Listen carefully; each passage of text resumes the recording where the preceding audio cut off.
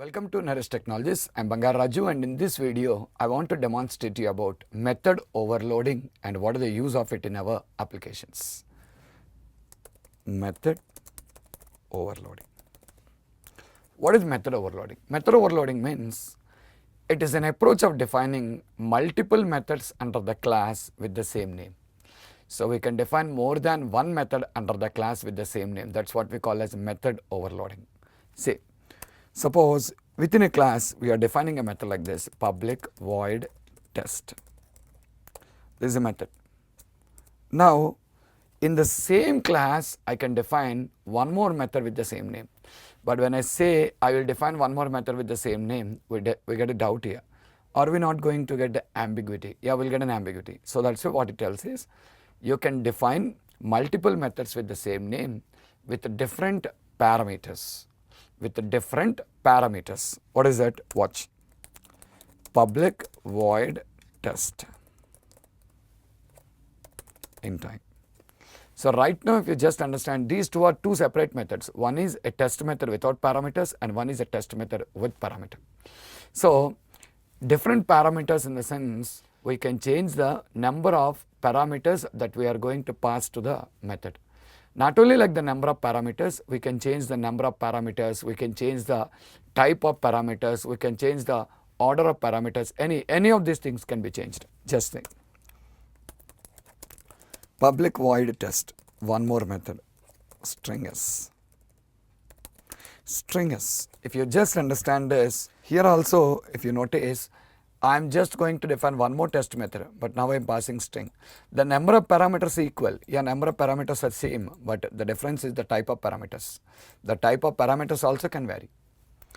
And see, you can also change the order of these particular parameters.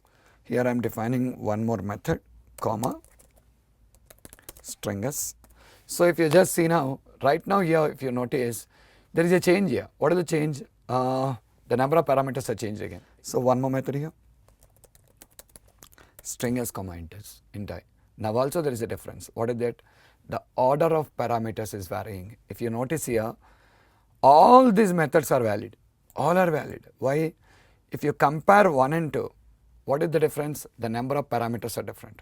There is 0 parameters, here 1 parameter. Again, 2 and 3, the type of parameters are different. This is also valid. The number of parameters, the type of parameter. Third option here. If you compare 4 and 5, the order of parameters is going to vary. Here we have int I string s int I. So the parameters vary from one method to another method. Based on these parameters, it automatically recognizes, the compiler automatically recognizes which method should execute for a particular method call. Okay, I'll tell you. When we are calling, we'll talk on this. But see, this is invalid. Public string test. If at all you're trying to define a method like this, remember this is 100% invalid. Why? A change in the return type of a method will not be taken into consideration. What it takes into consideration is only the parameters. Parameters are important, not the return types. So here we have a change in the return type and those return types are not at all taken into consideration. Only the parameters of the method will be taken into consideration. Why is it not valid? When we are defining, we'll see practically. Let us implement this practically and see. A new project, console application, overload project. I named it as overload project. So just open a project called overload project. So there's a namespace and this is our class program. Now in this class, I want to define all the 5 methods what I explained you on the top. So what I explained you first, I want to define all the 5 methods. Public void test. I'm writing a simple code here. Console.writeLine. Simply writing first method. Very simple code. One more. Let me copy this and here I am going to define a method int I. So passing a parameter now, and this is my second method. Say one more I'll define. Now when I paste this particular thing here, I'm getting an error. I'm getting an error. Why am I getting an error? Because already there is a method in this class with the same parameters now. See, if you put it as, it will tell you. Type program already defines a member called test with the same parameter types. With the same parameter types there is a method. So this is not taken into consideration. So that's why you're getting an error. But see, now I'll say int I. Again I'll get the error.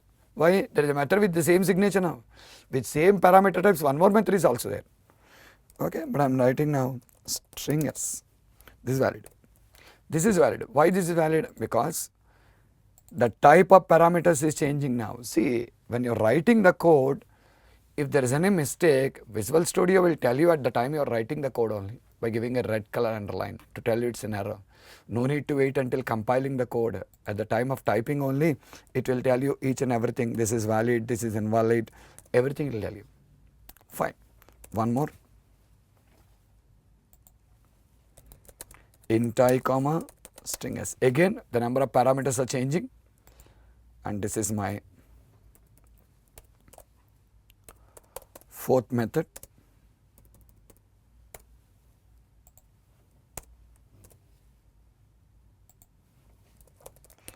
String s int I, and this is my fifth method. So totally 5 methods what I defined for you in this code, all the 5 methods. Okay, and now you're going to call this, create the instance first, program p is equals to new program. P dot, when you say p dot, you'll find the test method here. 5 methods are there, but it's not showing you 5 test methods here. One only it will show you. But when you select, it will show you 1 without any parameters plus 4 overloads. It will tell you very clearly here. There are 4 overloads for the appropriate method. Okay, and you can notice it. The void program.test plus 4 overloads in the method. And when you're trying to call it, see, it will show you all the 5 to you in a descriptive order. 1 of 5 program.test, and below that you can find the rest of the, use the down arrow and you can see all the overloads now. Second one which takes int as a parameter. Third one which takes string as a parameter. Fourth one which takes int and string as a parameter. Fifth one which takes string and int as a parameter. So all the things will be shown for you here. So that's how exactly Visual Studio will display the information to you. Fine. Now I wanted to call this method now. Okay, I'm calling. Now you may have a doubt, which method will execute? That is pretty clear. Which method will execute? There is no confusions at all. Which method is going to execute? The method without any parameters. It executes the method without any parameters. So if you run this, yeah, first method. Why first method? Yeah, the method without any parameters is the first method now. So that's executed. So I'm just going to pass 10 here. What's it now? A method with parameter. But there are 4 methods with parameters. But which method is going to be called? The method which takes int as a parameter. That is going to be our second method. I'm passing some string value, x, y, z.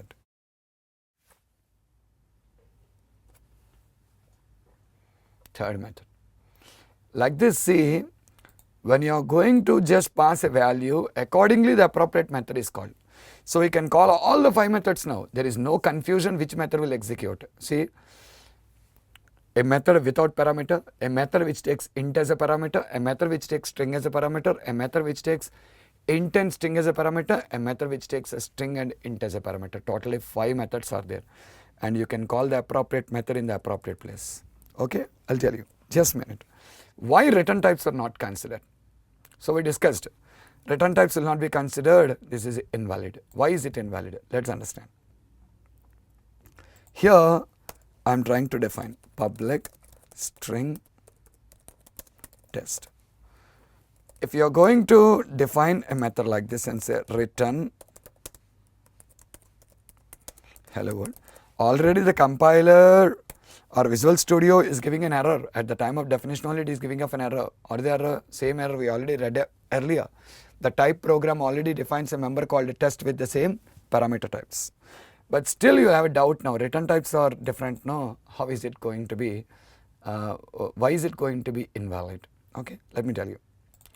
P.test, just understand, when you don't have the sixth method what I defined now, then when we think like which method is called, we are confidently telling the test method which doesn't take any parameters. But now you cannot say. Why? There are two test methods which doesn't take any parameter. Which one will be called? Ambiguity. There is an ambiguity between the methods now. See, you put your mouse here, it will tell you the call is ambiguous between the following methods or properties. One is program.test, second one is program.test. There is an ambiguity here. Why ambiguity? Because the two methods what we have here are having the same name, same parameters. So identification of which method has to be called is a confusion. So execution will not take place for you here. You may have a doubt, return types are different. Yes, return types are different, but return type of a method will come into picture in the end of execution. But the confusion here is not the end here, the confusion is start, where to start. There is no clarity where to start the execution. When you don't know where to start the execution, talking about the end of the execution is foolishness now. So first thing what we require, where to start, we are not clear. So talking about end is not a point here. Why? Where to start is not clear. So that is why return types will never be taken into consideration. So that is why this is an invalid method. Now I'll call you all the 5 methods. P.test. Which method is called? The method which takes int as a parameter. The method which takes string as a parameter. The method which takes int and string as a parameter. The method which takes string and int as a parameter. All the 5. All the 5 methods executes. So that is how you are going to perform the overloading of the methods. Why do we overload methods? I'll tell you. But first we learned how to overload your methods. Okay. Now let me explain you. Why do we overload the methods and what is the advantage? Listen. The concept of this overloading will fall under polymorphism of our object-oriented programming. Object-oriented programming is based on 4 principles: encapsulation, abstraction, inheritance and polymorphism. And this overloading comes under the category of polymorphism. What is this polymorphism? What is this polymorphism? Polymorphism is a mechanism of changing the behavior based on the inputs. Changing the behavior based on the inputs. That is, the input changes, automatically the output or behavior changes. The best example for polymorphism is ourselves. We are the best example for polymorphism. When you hear something which is going to be interesting and good to you, you feel happy. You feel happy about that. But if you are hearing something which is not going to be good, you feel sad of it. You feel sad of it. Suppose you asked your father to purchase a bike. You are asking your father to purchase a bike. Okay? And one fine day, if your father says that, I am going to purchase a bike to you. So this is something what you are expecting from your father. So you feel happy for it. But your father said that I am not going to purchase a bike. So I have lack of money or something, some reasons I am not going to purchase a bike to you. So immediately you feel sad of it. You are the same person. When you receive some good input, you feel happy, and when you receive some bad input or which you cannot digest, you are going to feel sad of it. That is only what we call polymorphism. Behaving in different ways depending upon the input received is what we call as polymorphism. That is, whenever input changes, output changes. Right now, that only I showed you. See, When the input is going to be integer, you got one output. When the input is a string, you got one output. When there is no input, we got one output. When the input is integer and a string, we got one output. When the input is a string and integer, we got one output. Means input is changing, then automatically output is also changing. See, input changing, output changing means it is not about changing the value. Means if I change the value, one output. If I change another value, another output. For that we don't require overloadings and all. Simple if condition is enough. In the sense, if I pass 10, I want one output. If I pass 20, another output. 30, another output. For that we don't use polymorphism. That is all about with if condition or switch case what we can do. Here input changing means the type of input can change, or the number of inputs can change, or the order of inputs can change. What can change? Type of inputs, or number of inputs, or order of inputs, anything. See here, the type of inputs are changing between these two. Between these two, the type of inputs are changing. And here, the number of inputs are changing. No input and one input. Here, one input and two inputs. Or the order of inputs are changing. What is that order of inputs? Int and string, string and int. Like this, a difference in the input what we have here will change the output. That's what exactly polymorphism is. Whenever the input changes, then automatically the output will change for you. This is what we call as polymorphism.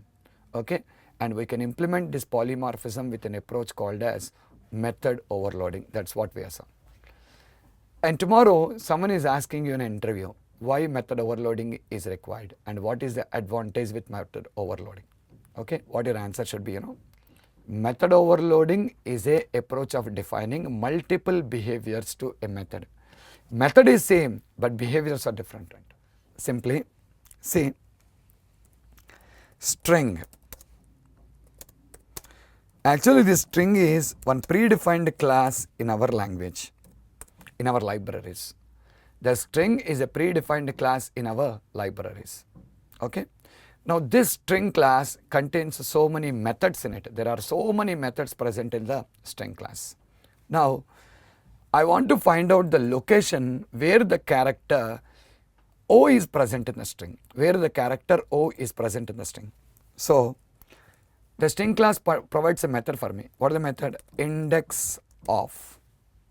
By calling this method, I can get the index now. Index of the character you want. See, index of the character you want. Once you're telling index of O, it returns the index of the character. What is the index of the character? 4. Why? Index starts with 0. 0, 1, 2, 3 and 4. That's what it returns. But here you'll have a doubt. There are 2 O's, but returning the first character? Yes. Returns the first character only. Why? The search always starts from 0. When the search always starts from 0, will stop automatically once it reaches there. Once it finds it, the search will stop there. But there is another O here. I want to get the index of that. How can I get the index of it? For that, they given you an overload method for this. O, comma, 5.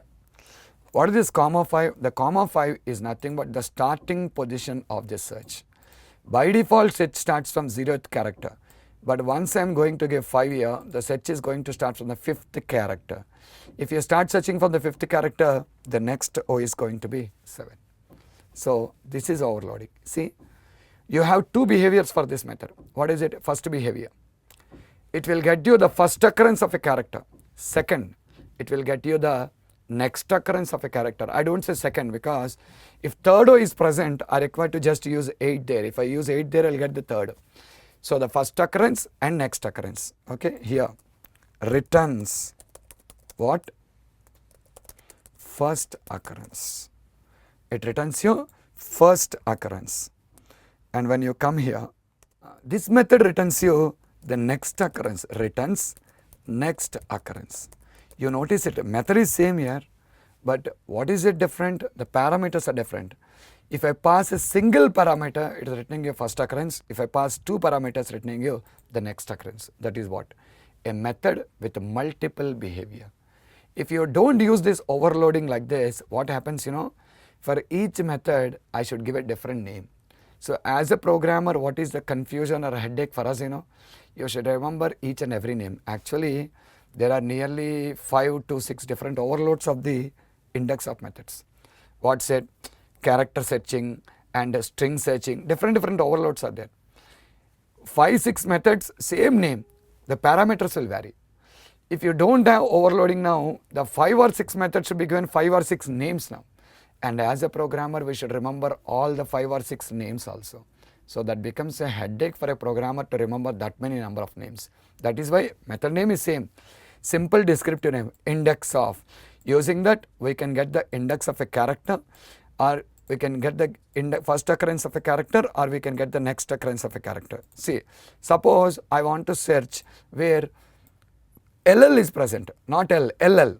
Then S dot index of. Now see, 2 characters. No, 2 characters means I cannot use char method. There is an overload which takes string as a parameter. There is an overload which takes string as a parameter. Where is it? 0, 1, 2. The position is 2. The position is 2. Now understand, there is an index of method which takes char as a parameter. There is an index of method which takes char and int as a parameter. There is an index of method which takes string as a parameter. Same way, suppose you have another LL. You have an index of method which takes string and int as a parameter. So like this, n number of overloads are available for the index of method. Each method is used in a different scenario. So this is the best example I can give you about the overloading. So tomorrow someone asks you about overloading, what your answer should be?